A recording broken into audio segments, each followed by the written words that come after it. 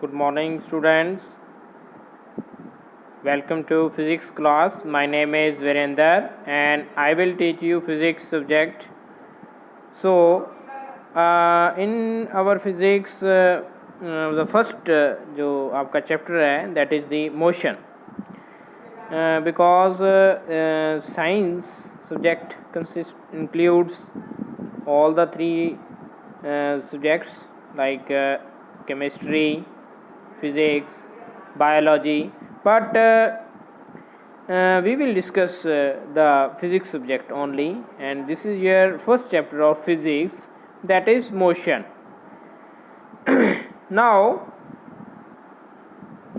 actually first of all we should aware of this topic, what is motion. Now see here, motion, like I am sitting here, I am making video and I am sitting at one place and I am making the video. So if I say that I am in rest or I am in motion, so I think all the students will say that I am sitting and making the video, so I am not moving, so I am in rest. तो सभी बच्चे यही कहेंगे ना, क्योंकि मैं हिलजुल नहीं रहा, एक जगह बैठ के अपनी वीडियो बना रहा हूँ, तो सभी बच्चे कहेंगे कि मैं रेस्ट पे हूँ. तो अब अगर मैं आपको एग्जांपल दूं कि भैया मैं क्या है कि अर्थ पे बैठा हूँ, लेकिन अर्थ क्या है हमें पता है कि मूव कर रही है, it is moving around it also and also around the sun. तो अब मुझे ये बताइए कि अगर अर्थ मूव कर रही है तो मैं तो अर्थ पे बैठा हूँ, तो मैं भी तो मूव कर रहा हूँ, तो आई एम इन मोशन. तो ये कैसे डिसाइड होगा कि मैं मोशन में हूँ या रेस्ट में हूँ. एक और एग्जांपल ले लीजिए. मान लो आप रेलवे कंपार्टमेंट में बैठे हो, रेलवे के डिब्बे में बैठे हो, एक डिब्बे में, और सीट पे बैठे हो, आपके सामने एक और आदमी बैठा है. मान लो अब मैं आपसे पूछूं कि वो आदमी जो आपके बिल्कुल सामने बैठा है कंपार्टमेंट के अंदर, डिब्बे के अंदर ही वो आपके सामने बैठा है, सीट पे बैठा है, वो बताइए कि वो मोशन में होगा या रेस्ट में होगा. तो ऑब्वियसली आप कहोगे कि वो रेस्ट पे है क्योंकि वो खड़ा हुआ है. लेकिन एक आदमी जो गाड़ी के बाहर है, गाड़ी चल रही है, रेल जो आपकी ट्रेन है वो चल रही है, कंटिन्यूसली चल रही है, और अब क्या है बेटा कि अगर आप किसी बाहर के आदमी से जो स्टेशन पे खड़ा है, मान लो कि स्टेशन से गुजर रही है ट्रेन, और उस आदमी से अपने पूछेंगे, स्टेशन पे खड़ा है, तो अगर उससे पूछेंगे कि वो पर्सन बताइए जो आपके बिल्कुल सामने बैठा है वो रेस्ट में है या मोशन में है, तो वो क्या है कि वो कहेगा कि वो मोशन में है. अब यहाँ पे क्या है कि अपने कंफ्यूज हो गए कि वो आदमी रेस्ट में है या मोशन में है, क्योंकि जो आदमी अंदर बैठा है उसको तो वो लगेगा कि वो रेस्ट पे है. अगर मान लो आप अंदर बैठे हो, कंपार्टमेंट में बैठे हो, तो आपके जो सामने आदमी बैठा है वो आपको रेस्ट में लगेगा. लेकिन अगर बाहर वाला कोई आदमी से अपने पूछते हैं तो वो कहेगा कि भैया ये तो मोशन में है, क्योंकि गाड़ी चल रही है, गाड़ी के साथ वो भी चल रहा है. तो इसका जो डेफिनेशन है मोशन का या रेस्ट का, ये रिलेटिव टर्म्स होती हैं बेटा. ये रिलेटिव टर्म्स ऐसे होती हैं कि हमें रिलेशन देखना पड़ता है कि अपने देखेंगे आसपास का सराउंडिंग जो है, सराउंडिंग मतलब अपने बैठे हैं आसपास जो भी ऑब्जेक्ट पड़े हैं वो आपका सराउंडिंग है, उसके मुकाबले में अपने देखते हैं हमेशा कि उसके मुकाबले में कि कोई भी ऑब्जेक्ट, मान लो अपने रूम में बैठे हैं, मेरे पास कोई टेबल रखा हुआ है, अगर वो टेबल वो आपकी सराउंडिंग होगी बेटा, वो आपकी सराउंडिंग होगी. अगर वो टेबल वो जो पोजीशन है वो चेंज कर रहा है कि मैंने अब देखा, 5 मिनट बाद देखा वो वहीं खड़ा है, फिर मैंने 5 मिनट बाद देखा वो वहीं खड़ा है, तो यहाँ से हमें क्या है बेटा कि पता चलता है कि अगर कोई भी ऑब्जेक्ट आपके रिलेटिव में या आपके सराउंडिंग के रिलेटिव में वो अपनी पोजीशन चेंज नहीं कर रहा तो वो रेस्ट में होगा। अगर वो सराउंडिंग के मुकाबले, जो आपका सराउंडिंग है, सराउंडिंग के मुकाबले वो पोजीशन चेंज कर रहा है तो वो किस में होगा? मोशन में होगा। अगर तो पोजीशन नहीं चेंज कर रहा तो रेस्ट में, अगर पोजीशन चेंज कर रहा है तो वो मोशन में होगा। अब वही बात बेटा वहाँ पे ये एप्लीकेबल होती है कि अपने जब कंपार्टमेंट के अंदर बैठे हैं तो अगर हमारे बिल्कुल सामने कोई आदमी बैठा है, वो हमने देखा कि हमारे मुकाबले वो पोजीशन चेंज नहीं कर रहा तो वो किस में होगा? वो रेस्ट में होगा, क्योंकि हमारे मुकाबले वो एज़ कंपेयर टू मी वो पोजीशन चेंज नहीं कर रहा तो वो क्या होगा बेटा? वो रेस्ट में होगा, क्योंकि सराउंडिंग देखनी है हमने सराउंडिंग देखनी है। सराउंडिंग में कोई ऑब्जेक्ट, कोई भी पर्सन सराउंडिंग में अगर कोई ऑब्जेक्ट या पर्सन अपनी पोजीशन चेंज ना करे तो वो रेस्ट पे है, लेकिन सराउंडिंग में अगर वो पोजीशन चेंज कर रहा है तो वो मोशन में होगा। अब यही देखिए कि अपने ट्रेन के बाहर खड़ा है कोई आदमी, तो उसको अगर वो अंदर किसी आदमी को देखेगा, कंपार्टमेंट में बैठे हुए देखेगा, तो वो कहेगा कि वो तो मोशन में है। क्यों? क्योंकि उसके रिलेटिव वो पोजीशन चेंज कर रहा है। पहले वो जैसे ट्रेन चल रही है तो वो पहले उसकी पोजीशन कुछ और थी, फिर उसकी पोजीशन कुछ और है, फिर उसकी पोजीशन वो आगे चला गया। तो इस प्रकार से जो बाहर आदमी खड़ा है उसके रिलेटिव वो पोजीशन चेंज कर रहा है। कौन कर रहा है? जो ट्रेन के अंदर बैठा है, क्योंकि ट्रेन चल रही है। तो इस प्रकार से हम रिलेटिवली देखेंगे बेटा कि पोजीशन चेंज हो रही है या नहीं हो रही। तो यहाँ पे देखो बेटा कि अपने what is motion? It is the change in position of a body with time. वही बात जो मैंने अभी कही है कि कोई भी बॉडी है, यहाँ पे देखो बेटा ये वाली चीज़, ये यहाँ पे पढ़ रहा हूँ मैं, ये वाला, ठीक है। तो यहाँ पे अगर अपने देखेंगे तो मोशन क्या है? It is the change in, one second बेटा, आई हैव टू, यहाँ पे तीन करना पड़ेगा, वो आपको दिख नहीं रहा है ना। अब देखो बेटा, अब यहाँ पे देखो, यहाँ पे पढ़ रहा हूँ मैं, ये क्या है? It is the change in position of a body with time. तो क्या है कि वही चीज़ जो अभी मैंने बताई है कि कोई भी चीज़ जो है, कोई भी बॉडी जो है, अगर वो पोजीशन चेंज करे विद रिस्पेक्ट टू टाइम तो वो मोशन में होगी। Motion can be describe in terms of the distance moved और द डिस्प्लेसमेंट। जो जितना वो डिस्टेंस वो एक जगह से दूसरी जगह डिस्टेंस वो कवर करेगा, डिस्प्लेसमेंट करेगा, तो उस हिसाब से हम अपना उसका मोशन जो है वो डिस्क्राइब कर सकते हैं। तो ये आपने ध्यान में रखनी है बात के रेस्ट और मोशन, इन दोनों को हम जो है रिलेटिव टर्म्स के तौर पर लेते हैं, क्योंकि ये दोनों रिलेटिव टर्म्स हैं। इनकी डेफिनेशन भी आपको मैं भेज दूंगा, तो ये नोट कर लेना आप। और आपको ये बात जरूर ध्यान में होनी चाहिए कि रेस्ट क्या है, मोशन में क्या है। तो रेस्ट में वो चीज़ होगी, any object which is changing its position relative to its surrounding. अपने सराउंडिंग के हिसाब से अगर कोई ऑब्जेक्ट उसकी पोजीशन चेंज कर रहा है, अपनी पोजीशन चेंज कर रहा है, तो वो मोशन में होगा। If any object is not changing its position relative to the surrounding then it is in rest. Now next we have types of motion. देखो बेटा ये भी बहुत बढ़िया टॉपिक है, ये ध्यान से सुनना है आपने कि मोशन कितने प्रकार का होता है। What are the types of motion? Now if we see here the first जो हमारे पास यहाँ पे आ रहा है, that is the random motion. See here, I am talking about this okay. This one random motion.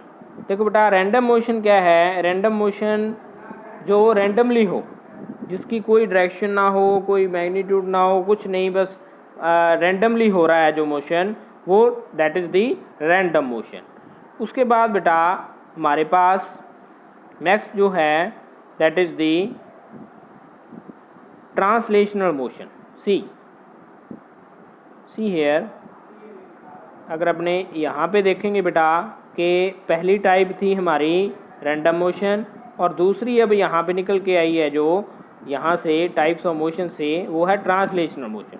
अब ट्रांसलेशनल मोशन कौन सा होता है बेटा, ट्रांसलेशनल मोशन है सबसे पहले इसमें आ जाएगा रेक्टिलिनियर मोशन। अब देखो बेटा रेक्टिलिनियर मोशन क्या है, यहाँ पे देखो ये वाला। अब रेक्टिलिनियर मोशन होता है बेटा अगर कोई ऑब्जेक्ट, जैसे अपने कार की बात करें, रोड पे जब कार जाती है तो बिल्कुल सीधी डायरेक्शन में जा रही है, वो डायरेक्शन चेंज नहीं कर रही, तो अगर वो स्ट्रेट लाइन में जा रही है तो हम उसको बोलेंगे रेक्टिलिनियर मोशन। मोशन इन्हें ये लिखा भी हुआ है बेटा, अगर आप ध्यान से देखो तो मोशन इन्हें straight line is called the rectilinear motion. अब देखो बेटा इसमें जो सेकंड हमारे पास है that is the curvilinear motion. Curvilinear motion कौन सा होगा, नाम से पता चल रहा है कि जो कर्व में हो, जो मोशन कर्व में हो, कि मान लो यहाँ पे मैं थोड़ा सा आपको बताना चाहूँगा। देखो बेटा कि ये अपना चौक है, चौक तो आपने सभी ने देखा होगा चौक में रोड वाले चौक की बात कर रहा हूँ। अब यहाँ से भी रोड आ रही है, यहाँ से भी रोड आ रही है, यहाँ से भी रोड आ रही है और यहाँ से भी रोड आ रही है। अब किसी कार को यहाँ से लेके यहाँ तक जाना है, ठीक है, तो कार क्या करेगी, पहले ऐसे जाएगी सीधा, फिर ऐसे करके थोड़ा सा कर्व होके फिर ऐसे जाएगी। तो यहाँ पे ये वाला मोशन जो है और ये वाला मोशन, ये है रेक्टिलिनियर मोशन, मतलब वो सीधे जा रही है, यहाँ पे भी सीधी आ रही है, लेकिन जब चौक आ गया तो उसका जो मोशन है वो एक कर्व की तरह हो गया। तो ऐसे मोशन को हम क्या बोलेंगे, कर्विलिनियर मोशन। अब देखो बेटा यहाँ पे एक और टाइप है ट्रांसलेशनल मोशन की, वो है बेटा सर्कुलर मोशन। सर्कुलर मोशन क्या है, इसकी भी एक एग्जांपल देता हूँ बेटा मैं। देखो सर्कुलर मोशन आपने ध्यान से सुनना है बेटा, क्योंकि सर्कुलर मोशन और रोटेशनल मोशन है ना, इसमें बच्चे कंफ्यूज हो जाते हैं। तो यहाँ पे देखो बेटा कि सर्कुलर मोशन क्या है। अब एग्जांपल दे रहा हूँ, देखो मान लो कि यहाँ पे, एक मिनट बेटा, यहाँ पे मान लो सर्कुलर मोशन की बात कर रहा हूँ कि एक यहाँ पे ट्री है, ठीक है। अब ट्री से एक धागा, मतलब कोई रोप रस्सी बांध दी, रस्सी से मैंने एक घोड़ा बांध दिया है यहाँ पे। अब घोड़ा क्या कर रहा है, घोड़ा इस पेड़ के, ये पेड़ है बेटा, इस पेड़ के बिल्कुल ऐसे आसपास ऐसे चक्कर लगा रहा है। तो चक्कर लगा रहा है बेटा। अब ये वाला घोड़ा जो है वो ट्री के आसपास ऐसे चक्कर लगा रहा है, चक्कर लगाया जा रहा है। तो मुझे ये बताओ कि ये कौन सा मोशन कर रहा है। ये देखो बेटा ये एक सर्कल बना रहा है। एक मिनट बेटा, ये पता नहीं क्या हो गया।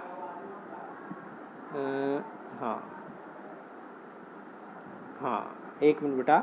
अब देखो तो ये ऐसे चक्कर लगा रहा है गोल गोल। ये ट्री है, दिस इज दी ट्री, और 1 सेकेंड, ये मान लो आपका 1 सेकेंड बेटा प्लीज़,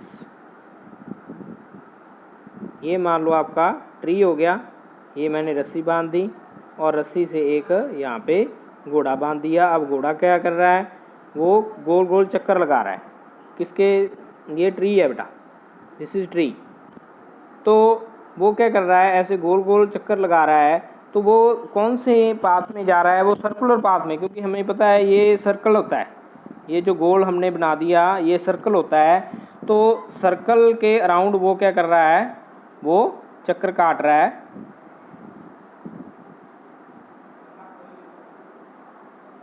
वो क्या कर रहा है, चक्कर काट रहा है।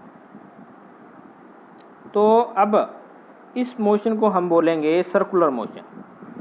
अब सभी बच्चों ने शायद ध्यान से सुना हो तो पता लग गया होगा कि अगर कोई भी ऑब्जेक्ट, जैसे घोड़ा क्या कर रहा था, सर्कल में ऐसे चक्कर काट रहा था, अराउंड अ ट्री, ट्री के आसपास चक्कर काट रहा था, तो वो सर्कल में जा रहा था।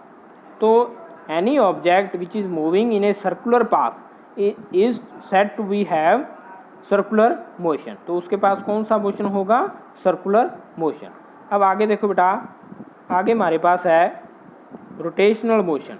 ये देखो आगे टाइप्स ऑफ मोशन में हमारे पास आ गया रोटेशनल मोशन। अब रोटेशनल मोशन भी इसी तरह से है सर्कुलर मोशन में, बस थोड़ा सा फ़र्क क्या है। फ़र्क क्या है, जैसे अब एग्जांपल ले लो एक लट्टू की। लट्टू तो आप सभी जानते होंगे। तो लट्टू आपने घुमाया भी होगा बेटा। तो जब आप घुमाते हो तो वो रोटेट करता है। या आप एग्जांपल ले लो पंखे की, पंखा भी रोटेट कर रहा है। लेकिन इसके रोटेशन में और घोड़े के रोटेशन में फ़र्क है। फ़र्क क्या है कि ये जो पंखा रोटेट कर रहा है या लट्टू रोटेट कर रहा है, जो जहाँ अपने मान लो कि अपने जो आपकी अर्थ है वो भी रोटेट कर रही है। तो इसमें फ़र्क क्या आ जाता है, फ़र्क इसमें ये है बेटा कि इसमें जो आपकी अर्थ है ना, वो अपनी एक्सिस के अराउंड रोटेट कर रही है। जहाँ पंखा है, पंखे की भी अपनी एक एक्सिस है जिसके अराउंड वो रोटेट कर रहा है। लेकिन अगर अपने घोड़े की बात करें तो घोड़ा कैसे मूव कर रहा था बेटा, अब ध्यान से सुनो। उसकी जो एक्सिस थी वो तो ट्री थी, क्योंकि वो किसके अराउंड घूम रहा है, ट्री के। लेकिन वो बंधा कहीं और था और ऐसे वो चक्कर काट रहा था। अब देखो, अगर अपने लट्टू की बात करें तो लट्टू की एक्सिस उसके बीच में ही आ जाएगी, क्योंकि अगर 1 सेकंड बेटा, ये मान लो लट्टू है, ठीक है, इसको हमने घुमाया तो बेटा ये अपने सेंटर के अराउंड घूमेगा ना। तो इसका जो सेंटर है जिसके अराउंड ये घूम रहा है वो इसके अंदर ही आ गया। मतलब क्या है कि जो एक्सिस होती है ना, रोटेशनल एक्सिस होती है जिसके अराउंड कोई भी चीज़ घूमती है, या पंखा लगा लो या अर्थ लगा लो, तो उसका जो सेंटर होता है घूमने का वो उसके बॉडी के अंदर ही होता है। जैसे अर्थ है, अर्थ अगर घूम रही है तो वो किसके अराउंड घूम रही है। अगर अपने बात करें, एक उसका 2 मोशन है। एक मोशन तो है बेटा कि वो अर्थ के अराउंड घूम रही है, अगर सॉरी सन के अराउंड घूम रही है। अगर यहाँ पे बात करें, ये सन है, ठीक है, और ये अर्थ है, और अर्थ ऐसे घूम रही है बेटा।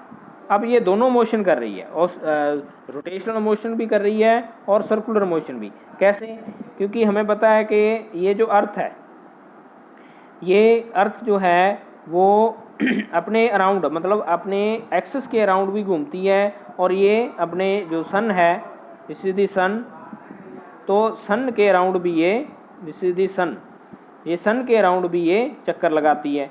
तो जो मोशन जो है वो अपने खुद के अराउंड वो जो मोशन करती है, मतलब वो खुद के एक्सिस के अराउंड जो मोशन करती है, वो मोशन होता है उसका रोटेशनल मोशन।